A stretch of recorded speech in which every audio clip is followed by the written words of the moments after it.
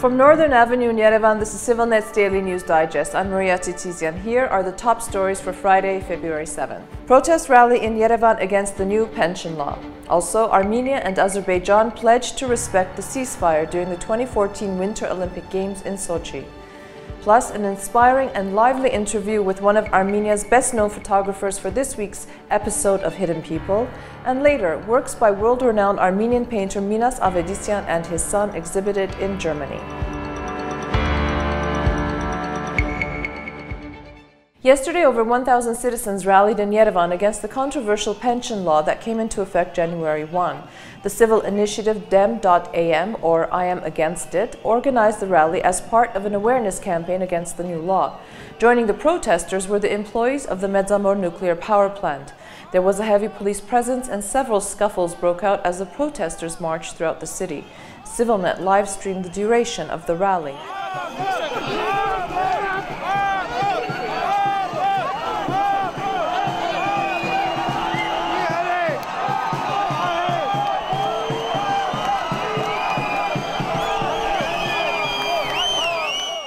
Some of the provisions of the pension law were suspended by the Constitutional Court last month after much public outcry.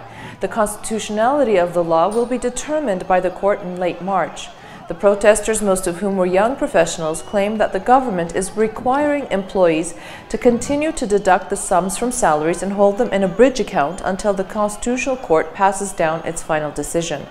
The law requires that all working citizens born after 1973 transfer 5 to 10% of their salaries to privately owned pension funds.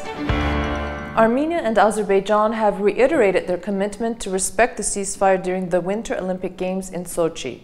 The American co-chair of the OSCE Minsk Group, James Warlick, tweeted the following, quote, "Good news, the presidents of Armenia and Azerbaijan recommitted to respecting the Nagorno-Karabakh ceasefire, especially during the Olympics," end of quote.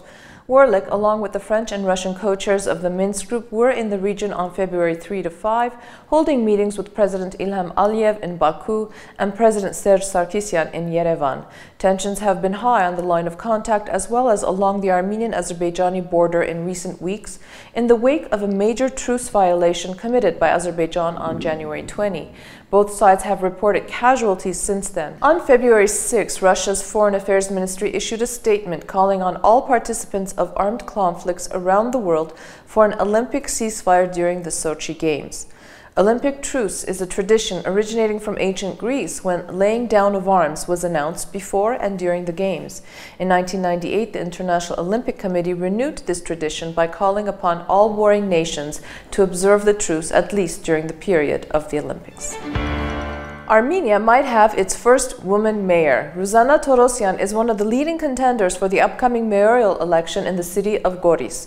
While she admits that rigid stereotypes about women in politics can be an obstacle, she says she's ready to step up to the plate. Torosyan says she is well aware of the dynamic of campaigns in Armenia after working in politics for so many years. The incumbent mayor of Goris has held his position for the past 12 years, and Torosyan believes that his chances for re-election are slim. Armenia's track record of women's participation in politics remains quite low. Currently, there are no women mayors in the country. Only 20 out of a total of 915 community leaders are women. There are 14 women members of parliament out of a possible 131, and the country has only 2 female ministers. The residents of Akhaltsikha, Georgia will now be able to elect their own mayor. The Georgian parliament on Wednesday passed the third and final reading of a bill on local self-governance reform. The new bill envisages direct election of mayors in 12 towns as well as direct election of heads of all the municipalities starting from this year's local elections. 40% of the population of the city of Akhaltsikha, which is considered the center of the Samskhet-Jafakheti region in Georgia, is Armenian. They will now be able to elect their own mayor. Prior to this reform, only the cities of Tbilisi, Ustavi, Kutaisi, Poti, and Batum were able to elect mayors. Dr. Edward Eriksson, the treasurer of the Institute of Turkish Studies, threatened to have an ANC official thrown out of a discussion for asking questions about the Armenian genocide. During a lecture at Georgetown University, Kate Nahabedian, the ANC's government affairs director, asked Eriksson if he believed the murder of 1.5 million Armenians constitute genocide. Eriksson's response was, quote, "Can we get her out of here?" End of quote. Manvelyan reminded the representative of the Institute of Turkish Studies that they were in the US and not Turkey, and those holding positions not shared by the lecturer cannot simply be silenced in the US. Other Armenians present at the lecture expressed their concerns about Dr. Eriksson's flawed scholarship and his ties to Turkey's international campaign of genocide denial. The Institute of Turkish Studies is registered in Washington, D.C. and was founded by a grant from the Turkish government. Its offices are located on the campus of Georgetown University. For this week's episode of Hidden People, I had the real pleasure of interviewing photographer Suren Manvelyan. He is not only a gifted photographer, but he has a PhD in quantum physics and is an accomplished musician. His photographic interests span from macro photography to portraits, landscapes, and much more. He is the best known for his popular series of close-ups of the human eye entitled Your Beautiful Eyes. His photos have been published by the National Geographic, The Sun, The Independent, La Repubblica, Huffington Post, and many others. Take a look. It's so obvious. Every photographer try to do that, I suppose. So yeah, I like macro photo. Yeah, when you photo something very small, close-up photo. Right. Yeah, when you butterflies. Grasshoppers, flowers, yeah, so on. So close. Yeah, ants, for example. I do a lot such kind of shots, and one of the most beautiful but very small part of the human body is eye. Yeah, and the idea for me was very simple. I don't need to think a lot to come to this idea. Yeah, but the problem was not the subject, but how to shoot it. Right. I was happy to find an interesting way to do that. The show will air this Sunday on CivilNet.am. It's one I promise you won't want to miss. In a joint collaboration, the Dialogue of Cultures Foundation and Germany's Moritzburg Art Museum will exhibit paintings by world-renowned Armenian artist Minas Avetisyan and his son Narek Avetisyan. The exhibition will consist of 21 paintings done by Minas and 9 created by Narek. Avetisyan is considered one of the most prominent Armenian artists of the second half of the 20th century, and the father and son exhibition intends to showcase the development of modern Armenian art. The exhibit will be presented in 3 languages: Armenian, English, and German.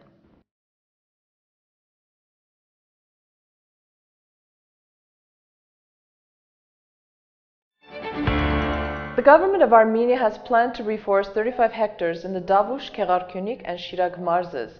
In Godak Marz, the government will undertake maintenance and improvement procedures on 100 hectares of forested land. Prime Minister Dikran Sarkisyan addressed these issues during a meeting with the Recovery and Development Foundation's Board of Trustees. The maintenance work and reforestation measures will continue into 2015. Moreover, it is estimated that by the end of spring 2014, the Erepuni Forest Project will be completed.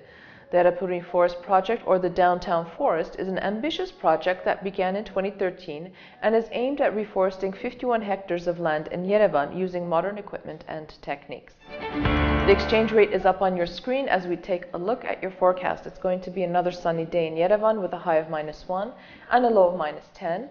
Gyumri will have a high of -4 and a low of -21. Stepanakert will have a high of 3 and a low of -6, and our travel forecast takes us to Cairo, Egypt, where the high will be 20 degrees Celsius and the low 8. Cairo, the capital city of Egypt, was founded in 969 AD and was known as the City of 1,000 Minarets. Armenians first began immigrating to Egypt in the 6th, 7th centuries and then during the Crusades. However, after the genocide, Cairo became a new home for many, fleeing persecution and destruction. Contemporary records and estimates place the Armenian community in Egypt after the genocide at anywhere between 17 to 45,000 people. Today, those numbers have drastically declined to about 6,000 people, living primarily in Cairo and Alexandria. Although small in number, the Armenian community boasts several churches, schools, clubs, and newspapers. Some famous Egyptian Armenians include Nubar Pasha, who was Egypt's first prime minister in the 19th century, Boghos Nubar, founder of the AGBU organization, and director Adom Egoyan. That's our digest for this Friday, February 6th. We leave you today with the music of Kalthum, an internationally famous Egyptian singer known as the Star of the East. More than 3 decades after her death, she's still widely regarded as the greatest female Arabic singer in history. Enjoy. See you on Monday.